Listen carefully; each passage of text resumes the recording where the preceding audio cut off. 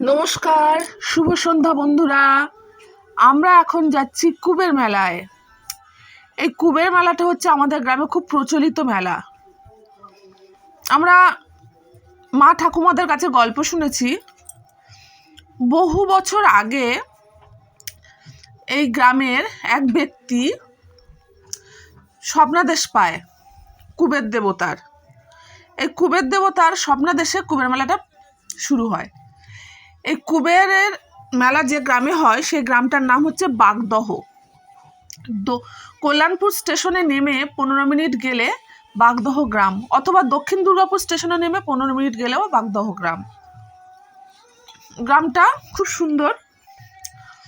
এই কুবেরের মেলা যিনি শুরু করেন তিনি ভগবান কুবেরের স্বপ্নাদেশ পেয়েছিলেন। তিনি স্বপ্নাদেশের যে কুবের মূর্তিটি পেয়েছিলেন সেই মূর্তিটি ছিল মানুষের মতো শরীর এবং মুখটি ছিল ঘোড়ার মতো। তিনি স্বপ্নাদেশ পাওয়ার পরে তিনি কুবেরের পুজো শুরু করে। আস্তে আস্তে সেই সমস্ত পুজো পুরো গ্রামে ছড়িয়ে পড়ে, গ্রাম থেকে গ্রামান্তরে ছড়িয়ে পড়ে। বিভিন্ন গ্রাম থেকে মানুষ এই গ্রামে কুবের দেবতাকে দর্শন করতে আসে। কুবের ধন সম্পদের দেবতা, আপনারা তো সবাই জানেন। তো এই গ্রাম কুবেরের আশীর্বাদ ধন্য গ্রাম। বিভিন্ন দূর দূরান্ত থেকে মানুষ আসে, কুবের দেবতাকে পুজো করে, কুবের দেবতার আশীর্বাদ গ্রহণ করে। আপনারাও চলে আসুন এখানে।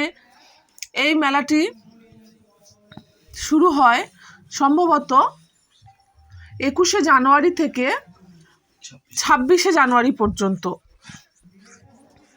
এই মেলার বিশেষত্ব হলো যে এই কুবের দেবতা সঙ্গে সঙ্গে আরও বিভিন্ন রকম দেবদেবীর পুজো এখানে হয়, এবং এই মেলাকে ঘিরে এখানে বিভিন্ন বাজার দোকান পসার বসে। বাচ্চারা এখানে আনন্দ করে। বিভিন্ন রকম খাবারের দোকান আছে, বিভিন্ন রকম জিনিসপত্রের দোকান আছে। মিকি মাউস আছে এখানে চড়ার জন্য। বাচ্চাদের মনোরঞ্জনের মতো বিভিন্ন রকম জিনিসপত্র আছে। বহু মানুষ এখানে এই দোকানে পসার সাজিয়ে নিয়ে বসে থাকে। দূর দূরান্ত থেকে মানুষ আসে, ভগবান দর্শন করে, মেলায় আনন্দ করে।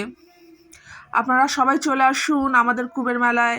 আমার এই ভিডিওটি যদি আপনাদের ভালো লেগে থাকে আমার চ্যানেলটি সাবস্ক্রাইব করে দেবেন, এবং সেই সঙ্গে সঙ্গে আপনারা আমার অনেক ভালোবাসা দেবেন, আর আমার থেকে আপনাদেরকেও অনেক ভালোবাসা রইল। সবাই চলে আসুন। ধন্যবাদ। নমস্কার।